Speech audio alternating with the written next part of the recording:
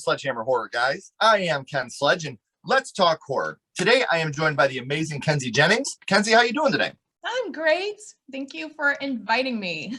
No, thank you for being involved. You are a very well-known author. A little bit about Kenzie. She's an English professor suffering through the sweltering tourist hub of Central Florida. Please stay safe down there. I know that it's scary right now with COVID, so please stay safe. My wife's a respiratory therapist. I respect how dangerous it can be, and I know how things are in Florida right now, so stay safe. But she is, like I said, author of Splatterpunk Award nominated books, such as Reception and The Red Station, Death's Head Press. That's who pressed those, right? Yes. Okay. And then her short fiction has also appeared in Slice Girls, that's brilliant. I love that. Worst Laid Plans, an anthology of vacation horror, Dig 2 Grace Volume 1, and Deep Fried Horror Mother's Edition. But to check all these out, you don't have to go searching. Why? Because I have the links for everything right down here in the description, as well as Kenzie's social media links. So make sure you're giving her a follow. She's a great horror writer, and I'm so excited, like I said, as an English professor, to bring her on here and be able to share my love of not just teaching and horror in general, but the love of writing. So what did I didn't cover, Kenzie? What can you tell us a little bit about the books that are obviously spoiler free and some of the short things that you've done for Slice Girls and Worst Laid Plans? And can you give us a little bit of knowledge about that? Yeah. So the two books, Reception is about a wedding that where the one of the bridesmaids, who's the sister of the bride, is coming to the wedding from rehab, and nobody, she's kind of the black sheep of the family, and everybody's tense around her. And it turns out that there's something very wrong with the groom's family, and something horrible happens during the reception, which is why it's called Reception. It kind of gives it away in the back as to what's going on, but it has like multiple twists in it. So I don't want to give it away too much. The book Red Station, which is the one that a lot of people are reading right now, is book 7 in Death's Head Press Splatter Western series. And nice. This is the book. That looks. Yeah. Justin T. Coons is the artist for these books. He does a lot of, it looks like pulp work. Yeah. The kind of pulp thing. I know that the title was backwards and everything, but and this one is about a group of stagecoach passengers who stop at a station home at night and to stay there. And the people who run it are kind of shady and they're psychopaths. And so it's a night of survival. I like to say that Red Station, because I'm not a Western fan, but I was invited to do this. So I said, sure, I'll do this. I tout it more of a Western for horror fans than a horror for Western fans. Okay. So it is very much like sort of the Hateful Eight meets the Texas Chainsaw Massacre. Nice. A slasher for a Western slasher. So yeah. And I have a lot of requests for people. People have asked me to write a sequel for it because they really liked the heroine in it. So I'm going to be working on that. As far as the other stuff, the short work, I know you like the Slice Girls title. That is an anthology about dangerous women. And my story, what was it called? The Gentle Art of Nominication, and it was about an evil boss. So, and the other ones, Worst Laid Plans, it's a vacation and themed anthology. And mine is set at I'm no stranger to it, obviously living in Central Florida. It's set at Disney World. I don't know if I'm allowed to say that, but yeah, it's never said or anything, but it's about a family going vacation there and something horrible happens. And the others, the other anthologies. So they're the two that stick in my mind the most because they're the most recent.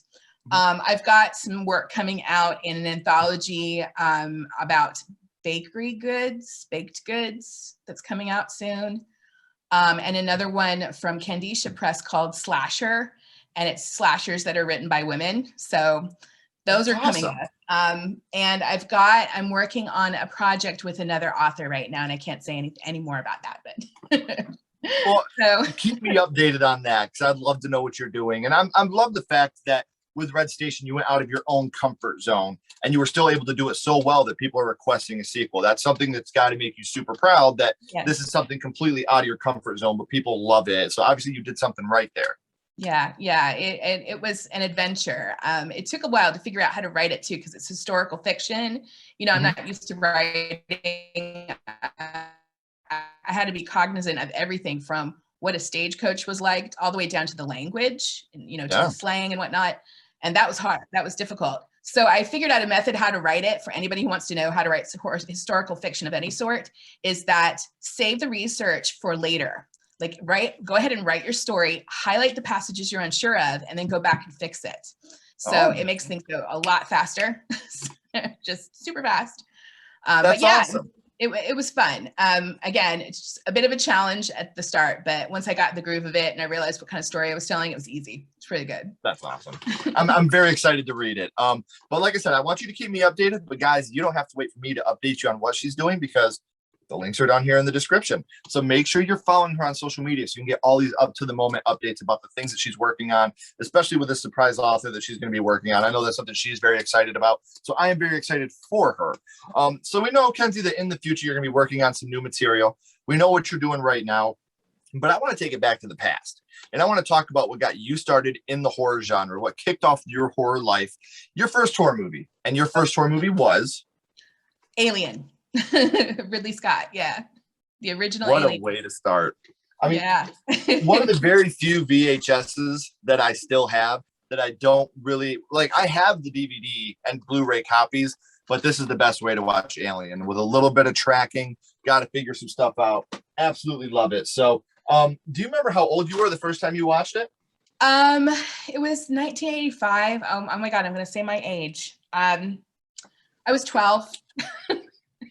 And It was my dad had this best friend he was this really cool guy who had all of this pop culture stuff everywhere, and he wasn't good with children, my dad and I were there because my dad was in the military, and he was looking for a house for us to stay when we were getting stationed in Belgium, and his friend lived in Belgium, and so we stayed with his friend and spent the evenings watching these really violent science fiction movies, like the original Mad Max, Rollerball, Soylent Green, Blade Runner. That all of them seemed to like dip their toes ever so slightly in horror, but weren't really horror films. Right. And then we watched Alien. And that movie, it's the only horror movie I can remember that I watched the entire way through, and it was the first horror movie.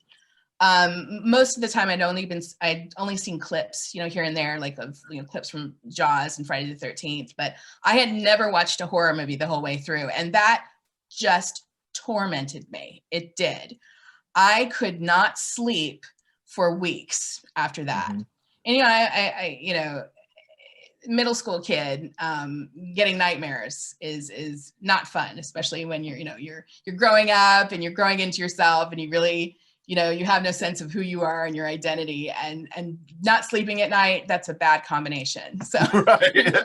And what a way to start. And in my opinion, Alien, it's a fantastic movie. Oh, yeah. I think Alien is brilliant. And I think it has the best tagline of any film ever. In space, no one can hear you scream. Like, that to me is one of the best taglines, and it fits this movie so well. So this is a film that is very influential in the genre, not just the horror, but in the sci-fi genre as well.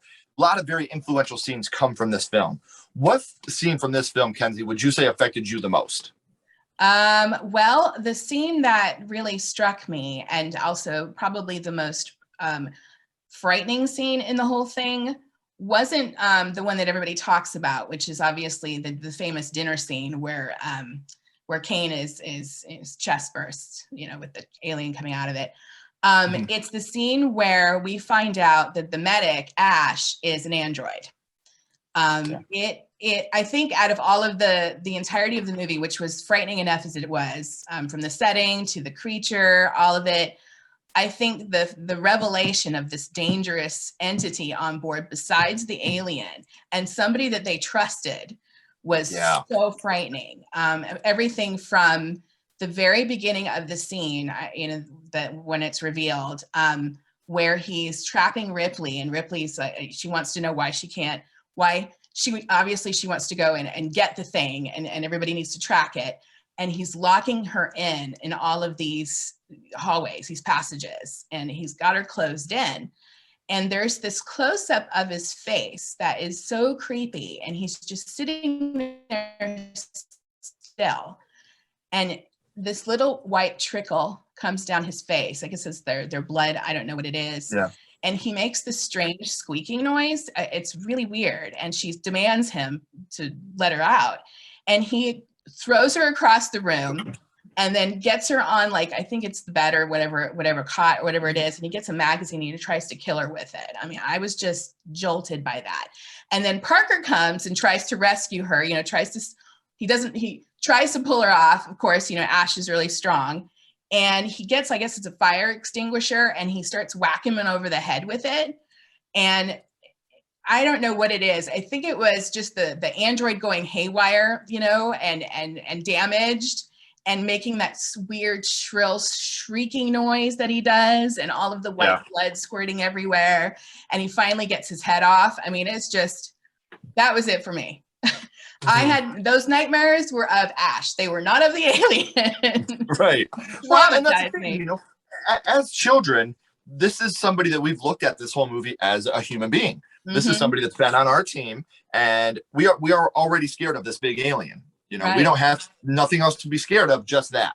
Right. And then this happens, and it totally flips you on your head from what you've been expecting the rest of the movie. Yeah, even worse, he's the doctor. Wasn't he the medic on board? He was, from the get-go, he was kind of iffy, but more of like, you thought, okay, maybe scientific curiosity. The bit where I think one of the best scenes that also stuck in my mind, that wasn't scary but interesting, where I was sitting there going, oh, this is going to be a different kind of monster. I've never seen this before. Was where Kane had the face hugger on his face, and they were trying to remove it. And Dallas suggested, prying it off, and he cut into the leg, and all of the acid blood came out and went right through the floorboards. And just the revelation that they had acid blood just added another level of danger to this. And and of course, Ash is just kind of, he had warned him. He said, don't do it. Just don't leave it be. But he just went ahead and did it. But the kind of the way Ian Holm portrayed that kind of that distant curiosity he had. And so you're thinking, okay, well, it's just because he's a scientist, he's a doctor. No, it's because he's studying things very carefully. Right. So it's creepy. And him himself, he played that role so well. Oh yeah. Oh yeah. That they could not have cast that role any more perfect. Oh, I know. And I wish it's one of those things, I hunt down like the interviews and whatnot, but I wish that I'd seen something more about what he did, like how much input he had. I'm sure that Ridley Scott probably gave him a lot to do with it. But like the choices he made, especially during that horrible scene, the scary one, just again, the shrieking and that was just, I have chills just thinking about every it. time. That's one of my favorite scenes in the whole movie. Yeah. To be honest with you, I love that scene. Now, we talked earlier about how influential this movie is, and everybody, whether they've seen Alien or not, they know the impact that this movie had. Oh yeah. Now, when somebody brings up Alien to you, Kenzie, what would you say the first thing that pops into your head is? Ripley, I guess, is the first thing that pops into my head. I get the minute I think of it. I don't think of Ash. I don't think of Kane. I don't think of this, the face hugger. I don't think of the xenomorph. I think of Sigourney Weaver. I think of the strong woman. It was also, notably, it was probably the first movie I saw where there was the survivor is a woman, and, right, and the cat. I mean, I can't forget Joan. But when it comes to social commentary, I feel like horror has always been ahead of the curve on that. I mean, look at George Romero's zombie work and how much social commentary there was with that.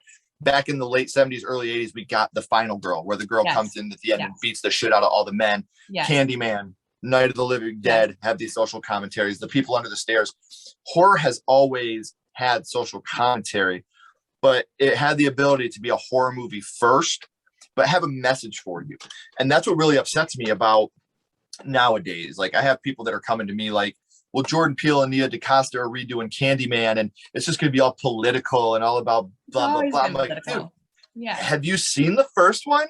Like, there's literally a scene in the first one where she comes in and she's like, black people are killed at Cabrini Green all the time and they don't do a damn thing, but a white woman gets attacked in a bathroom and they're there in 30 seconds. Like they're literally calling it out in the first film. So if you go into Candyman not wanting social commentary, that's like going into McDonald's and not wanting food. Like it just doesn't make any sense to me. You know that you're going to get it. And horror's always been great at doing it, but making you scared first and having that message in there. They're not pushing a message in your face and then, oh, hopefully we get a couple scares here. Their goal is to scare you and make you think about stuff, but they're putting that message in there. And that's what I love about this genre so much, is it's an intelligent genre that's always been ahead of its time.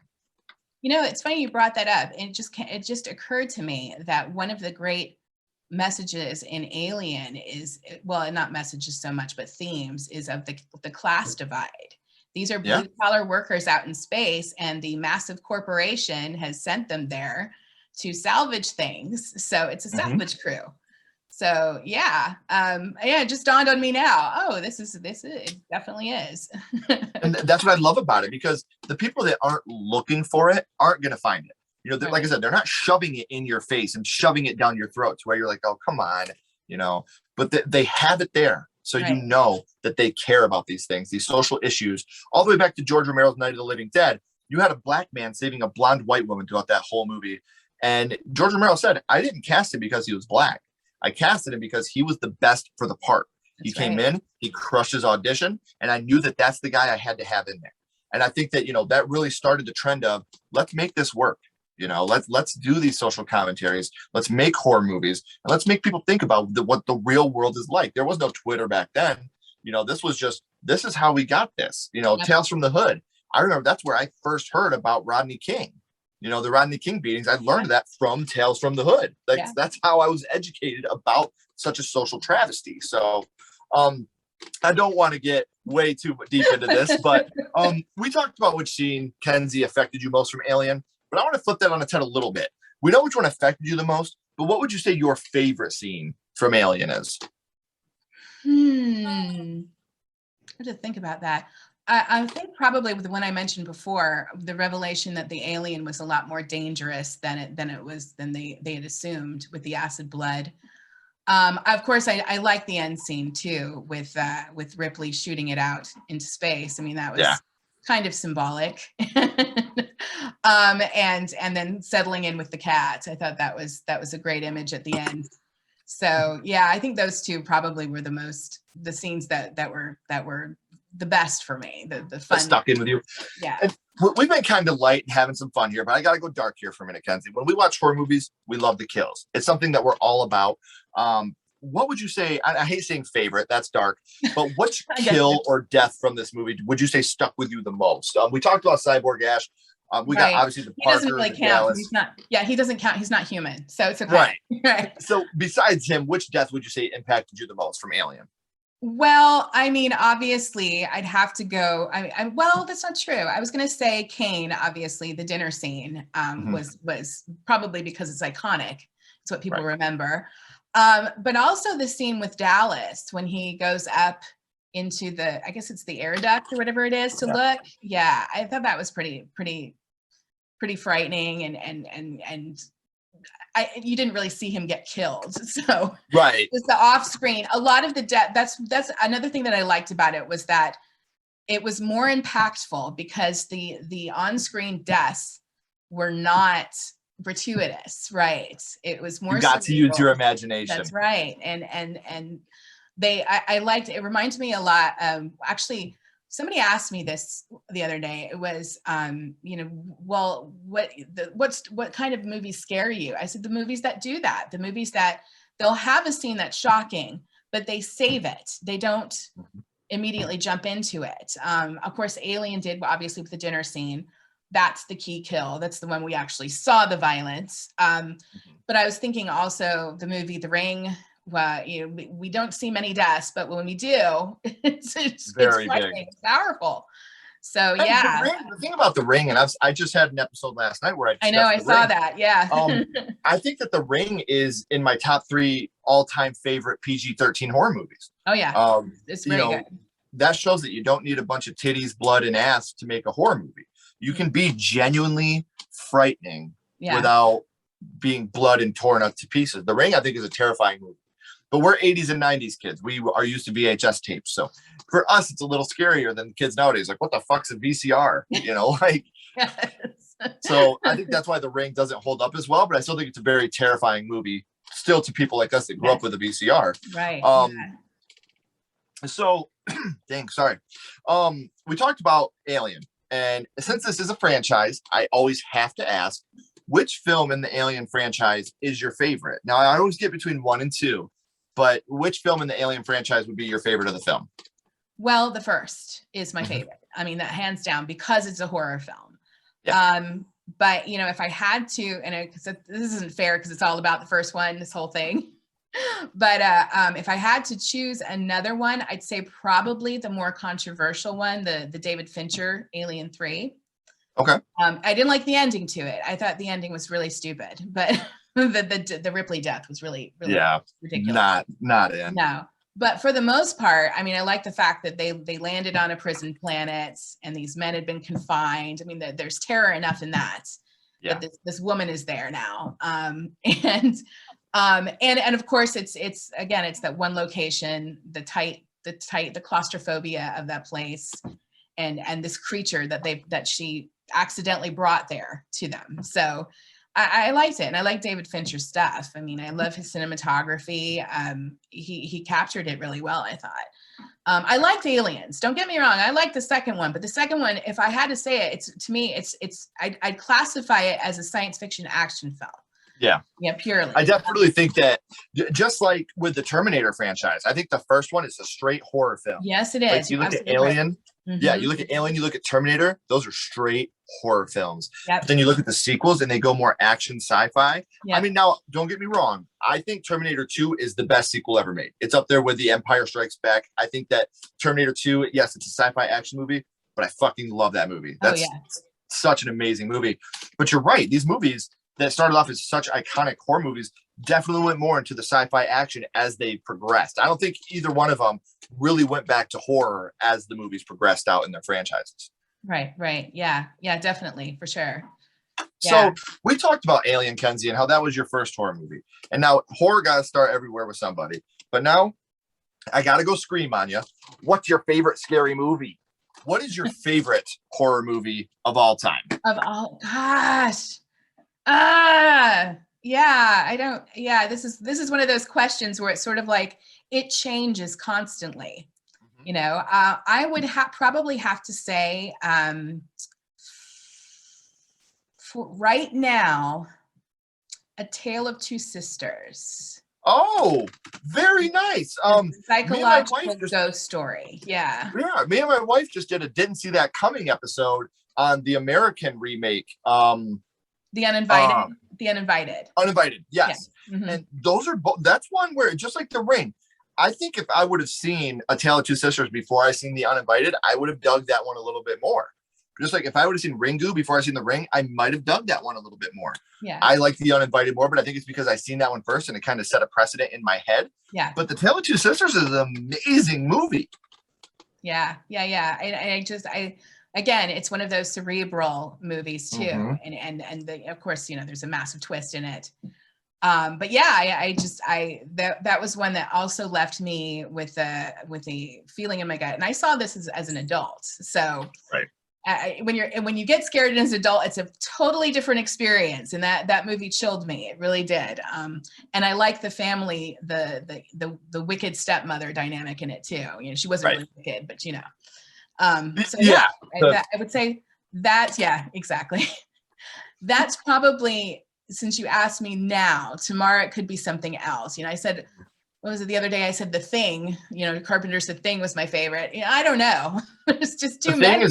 The Thing is in my top 3 favorite practical effect movies of all time. I think when it comes to practical effects, the best 3 films, in my little humble opinion, are A Nightmare on Elm Street, The Thing, and American Werewolf in London. To me, that is practical effect.